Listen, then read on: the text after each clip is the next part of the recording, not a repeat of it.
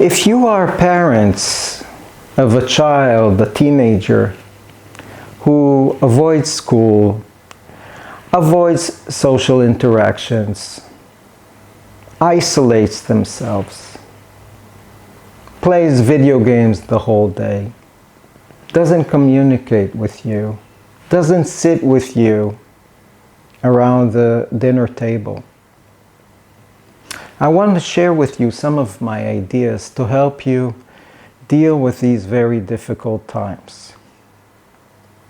I know that very good chance that you feel extremely helpless and full of despair. You've tried many things, they didn't work.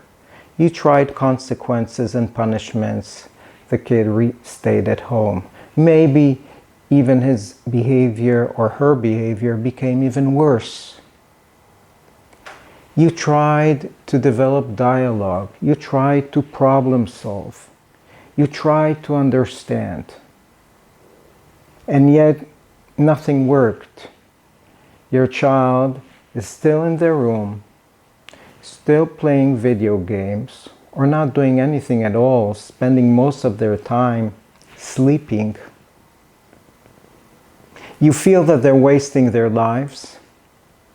You feel that they're going to miss on very valuable experiences in life. You're worried that they won't have a future. You're worried about their psychological health, but also physical health. Often kids who self-isolate develop different physical problems, back problems, and so forth. So your goal is to deal with this despair.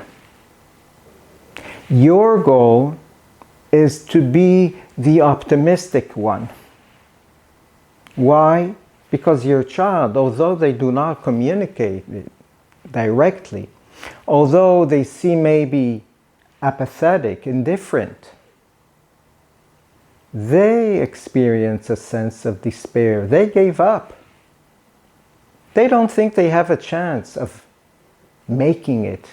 Of course, maybe they had too high expectations of themselves. But now they're experiencing life with too little, not enough expectations. They don't care. But under this position of giving up is a sense of despair, a sense of nothing can work, an experience of low self-esteem.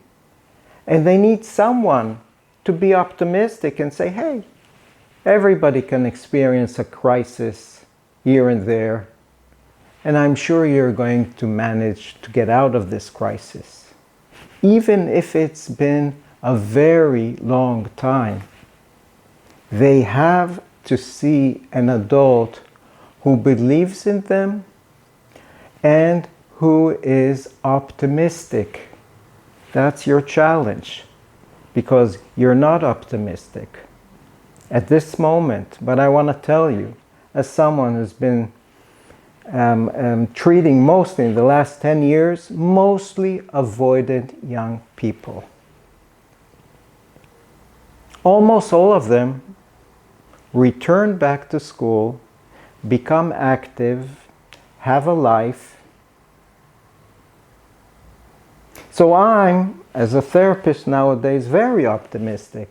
And when I meet parents like you, I say, hey, we have time, it's okay. We'll start the process. We'll start empowering your young child. Slowly, small steps. Everything's okay. We have time. Nothing is going to be lost.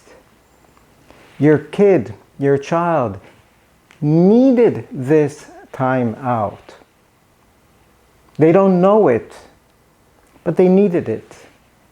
They needed to withdraw. We all withdraw here and there. We all take time outs.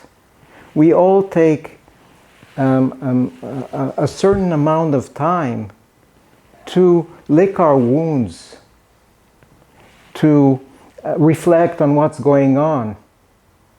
What's happening with your child is that they took the same dynamic and extended it. Yes, it's too long.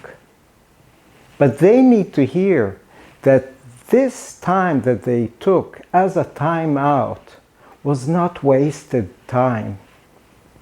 That's how they feel. They don't need to hear that.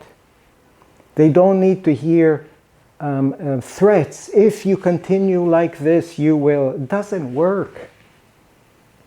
They need optimism. They need flexibility from you. They need you to help them develop a story, a self-narrative, in which this time that they spent at home in their room was not wasted, that they learned something. And they not only learned something about video games, they learned something about life. But they don't know all this thing. They need you to help them develop the story. And slowly, step by step, increasing their level of openness, finding small moments of connection with them, you will see that their motivation will start developing. And as their motivation starts developing, you need to remain with self-control, not jump in, not say, hey, let's create a plan how you can return back to school, how you can find a job, how you can go to this or that party. Let the process unfold. Let their motivation develop naturally, spontaneously. They will want it by themselves once they feel that they have a chance of succeeding.